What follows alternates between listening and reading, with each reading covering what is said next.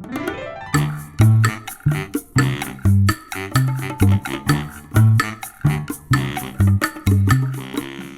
everyone, welcome back to Chanel in the City on iHeartRadio. I'm your host, Chanel Omari, and I'm at Sony Hall in New York City with two musical legends. It's a dream come true. They're so modest and humble. They are on their 9th studio album. They're playing 129 shows across the country, and they are hitting the music charts with their new song, Play, which is one of my favorites. Thank you. Beautiful, beautiful video. Please welcome Kevin Bacon and his brother, music composer Michael Bacon, aka the Bacon Brothers. You're back in music. You've done 9 albums, which is incredible. Yeah, we started about 25 years ago, and we put the band together with 2 other guys backing us up.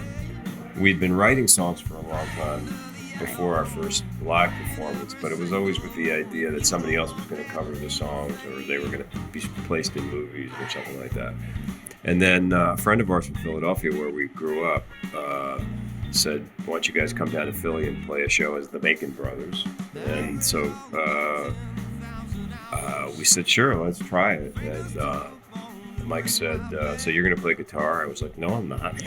I'm not playing guitar. What are you, out of your mind? It's going to be scary enough to just get up and sing in front of people, let alone play guitar.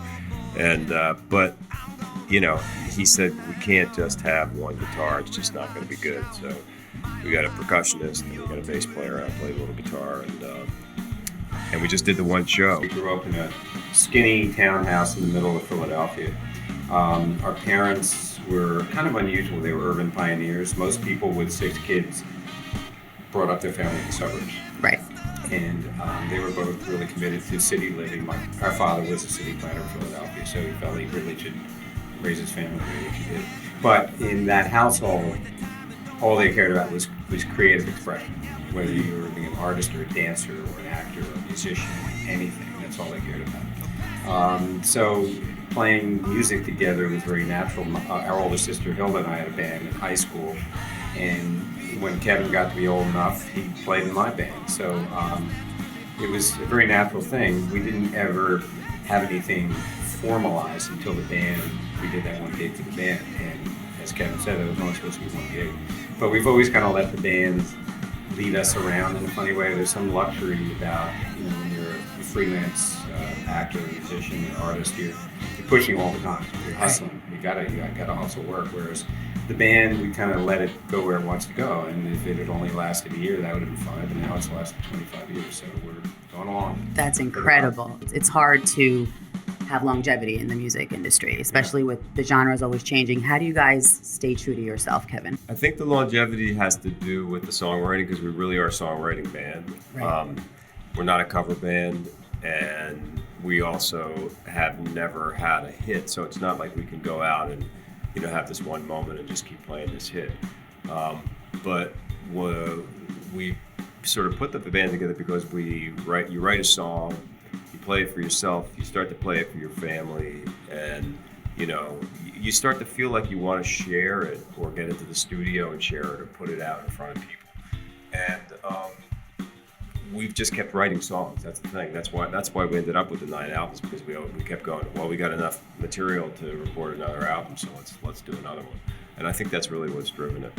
That's amazing. And with Play, what inspired you? I love the video. I love the song, the genre. It's like it has blues, married with some jazz, married with some contemporary. Mm-hmm. What inspired you both? Well, Play, I wrote, it was kind of an answer to the question that I get a lot, which is, how do I stay married for so many years? I'm just going to ask you that next. Okay. Yeah, and it's like that question, I mean, I know you're going to ask me it, and that's okay, but it's like my least favorite question, because it always feels to me like I have to give a soundbite for something that's lasted for a really long time, and it's really tough to just kind of, whittle it down to, well, we're best friends, or, well, she always keeps me grounded. It's just any answer that you give is just garbage, in my opinion. So, and a lot of times people say, well, since when I stumble over the answer, they'll kind of put words in my mouth and go, it's a lot of work, isn't it? It's marriage is it's just work. Relationships are work, and you just have to work at it, right?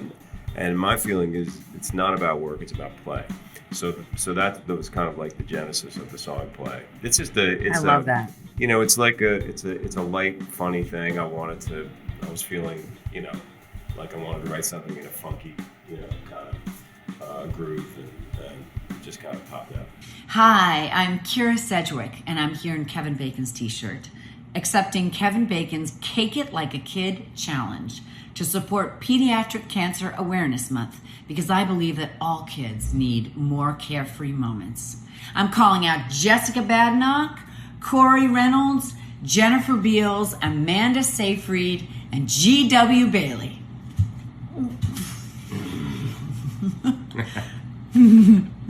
But anyone can take the challenge too, or go to 6degrees.org/cake it like a kid to donate. Thank you, honey.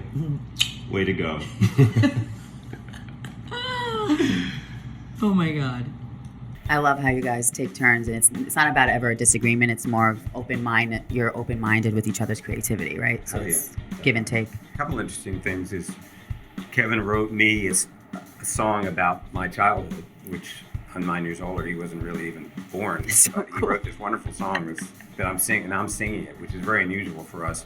Normally, whomever writes the song sings it. Mm-hmm. And the other thing that happened recently, which was pretty neat, is I wrote this lyric, and I loved the lyric, and it was just right, but I knew that if I wrote it, it wouldn't work. So I sent it to Kevin, and didn't hear much back. And then all of a sudden, one day, he sent me the song that he finished the music for, and it's just perfect. That's But I cool. never could have written it. It's much too edgy. I can't do that. And it was a very edgy lyric, and I knew he'd be the one to really hit it out of the park, which he did. So hopefully that'll be in our next CD as well. What are your favorite songs off the album? A song that's like really, really grown on me, which is called "A Road We Know Too Well," which is I don't know that we have a song that's quite.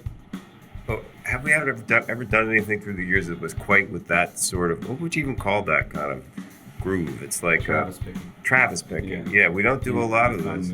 Going back and Yeah. forth in a syncopated kind of finger style. It's a finger style guitar that he's really, really good at. It's like, not to get too technical, but you're actually sort of picking out the melody with your fingers of the song and of the guitar part, and it becomes almost like a melody underneath the lyric. That's not exactly the same as the lyrics. So it's like a really complicated kind of thing. It sounds like it's just kind of a fun little song. that Dun, dun, dun, like one It's hard finger. to I could tell. tell. Yeah, but it's a hard song, and It took me a long time to learn. and I thought we recorded it really nicely, and it's fun. I like playing that one.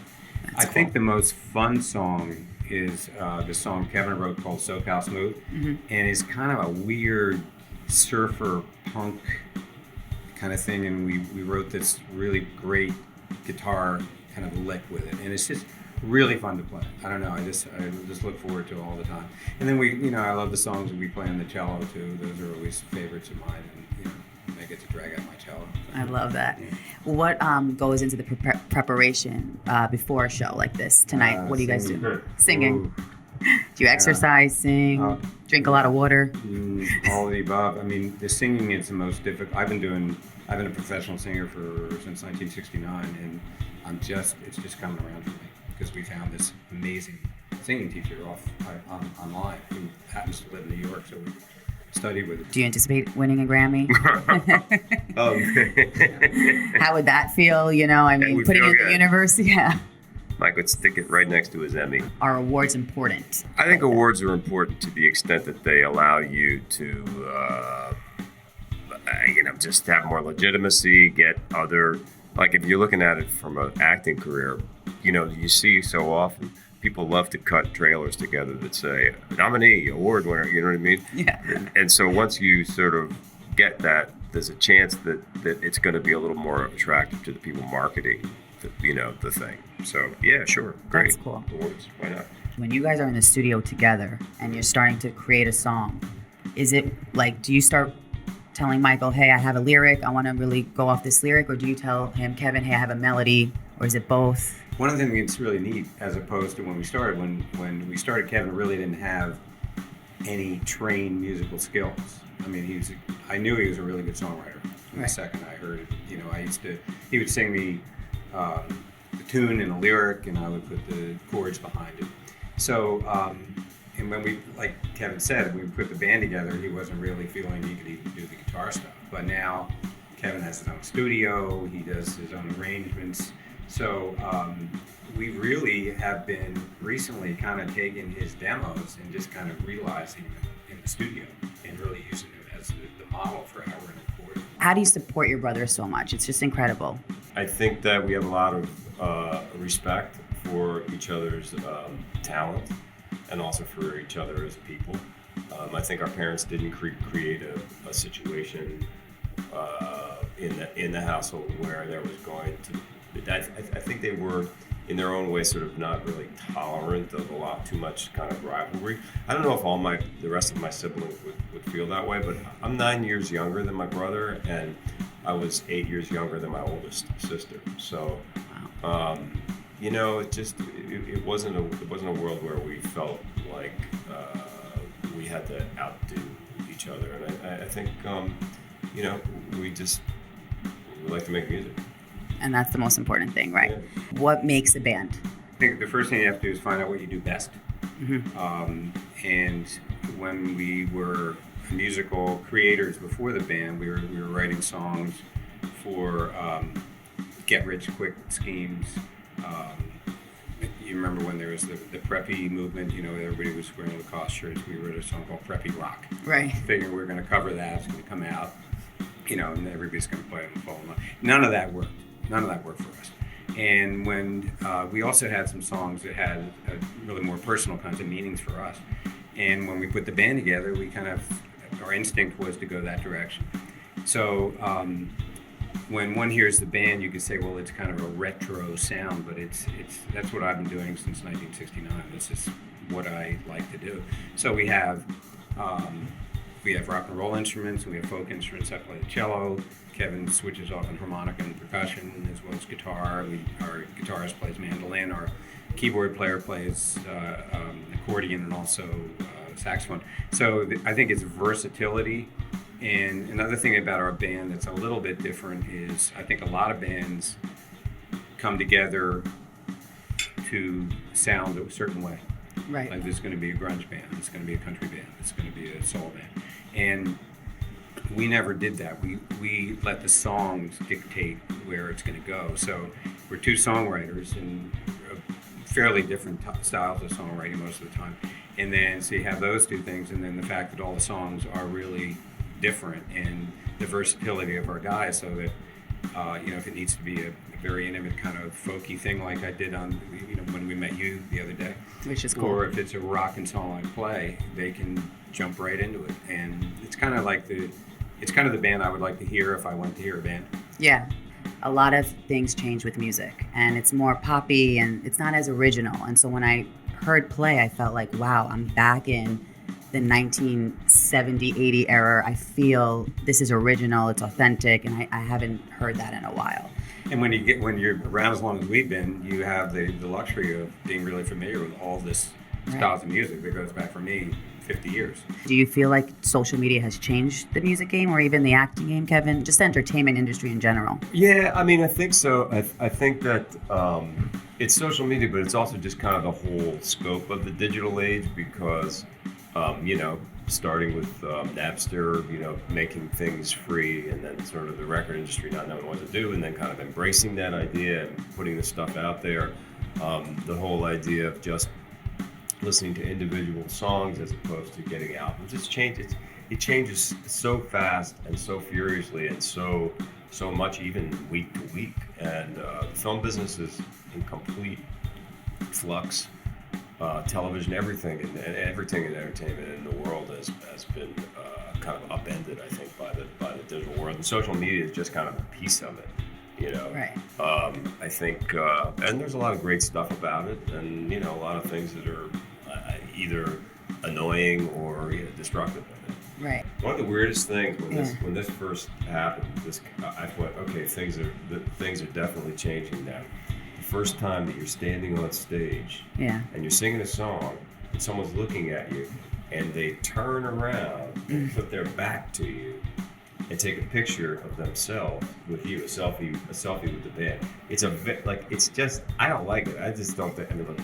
It's a They weird can do thing. anything they want to do with our shows. I don't really care that much, but it's just kind of like odd because it's like the whole idea about playing, live is to actually engage with people and to, you send that energy out there, they send that energy back. So if people turn around and put their back to you, it's just very strange. It's very narcissistic While we're too. complaining about social media, Right. It used to be a band, you would approve everything that came out. If you did a video, that's the video.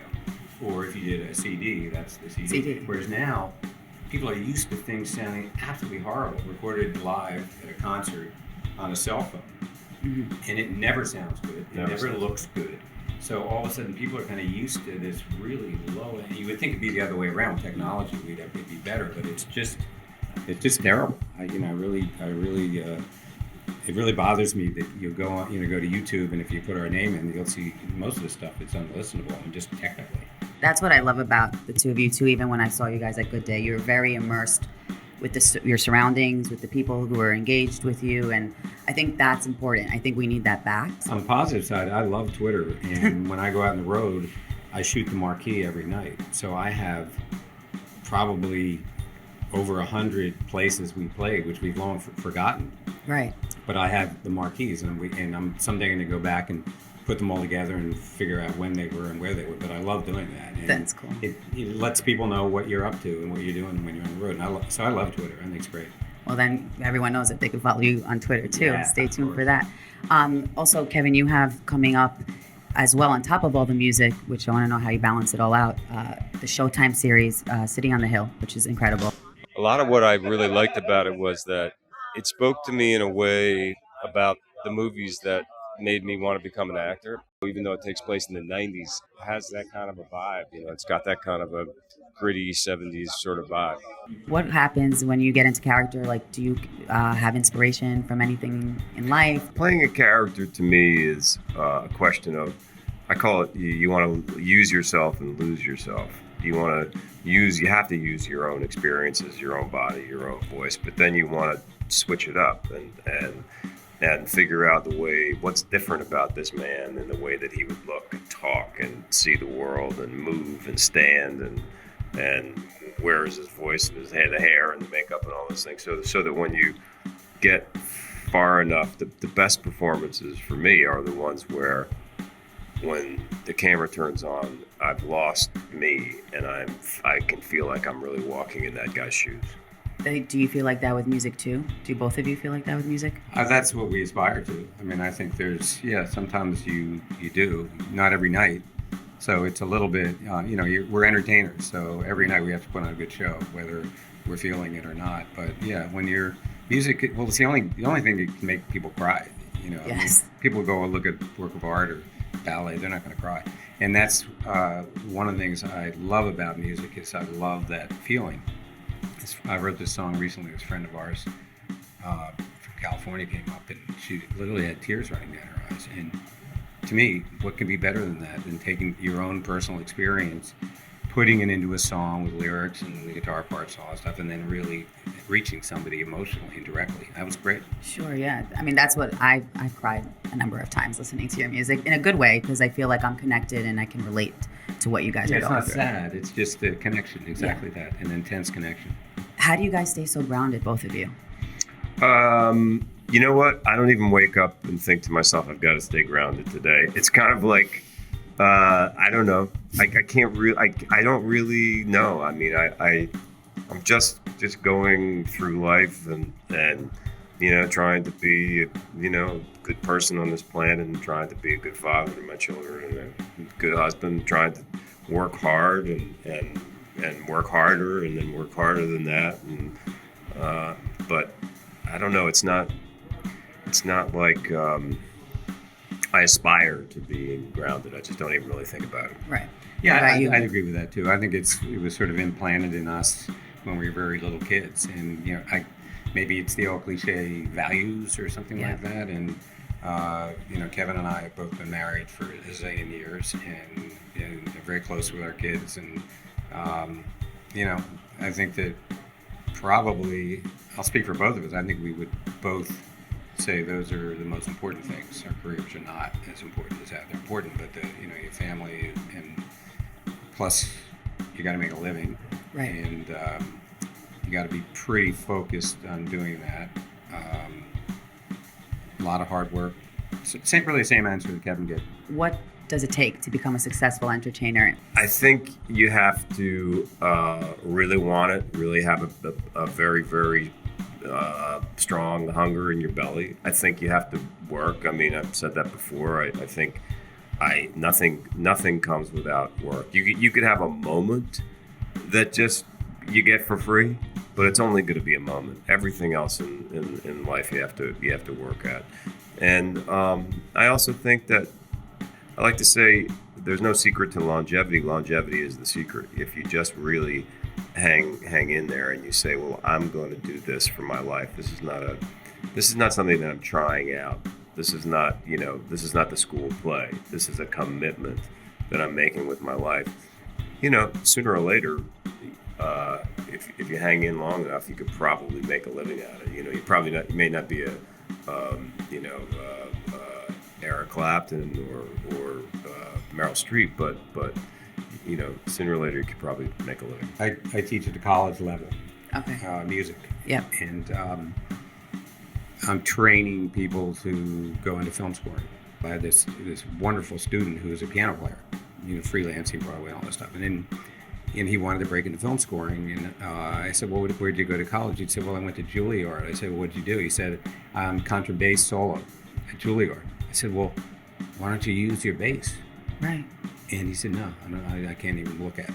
But that's a really good example of if you're going to be a film composer and you play contrabass at that level, who else can do that? Nobody. Nobody can do that. So that's kind of an example. And for me, I play the cello, and I have a very rich classical background as well as folk and rock and roll, all those other things. So when we're in the band, I'm just trying to find all those things that I can do and try to put them out there because that makes me different than everybody else. I love that. And you guys also seem to have a lot of discipline. Do you think discipline has to do with being successful in this industry? Yeah. But I think the work gives that to you. And once you start working and people are paying you money and you have bosses, you get really focused and know exactly how long something's going to take, and you know how to deliver on time, and what the technical plunders that are all around you, and you do it for long enough, you get to know what all those things are, and you get really good at producing what needs to be done for someone to pay you money. I love that. So we're in New York City, Chanel in the City. What's your favorite either restaurant or place to go when you come into New York and you just want to chill, listen to good music? Let's see. Well, this is the first time we're ever playing the Sony Hall, so it'd be interesting to see what this room is like. I've never been in this room. Oh, but it's it incredible. Seems like a really nice room, so we're looking forward to that. Restaurants. I love this place on the Upper West Side called Gennaro. It's been there for probably 20 years or so. No reservations and no credit cards.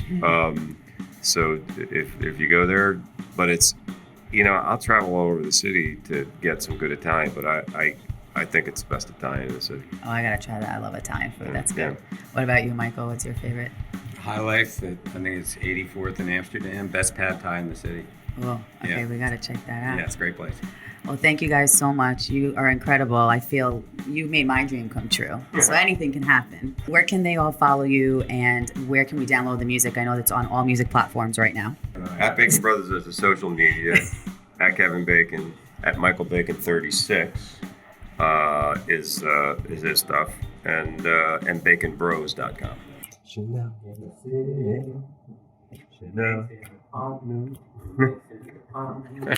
This is so bad.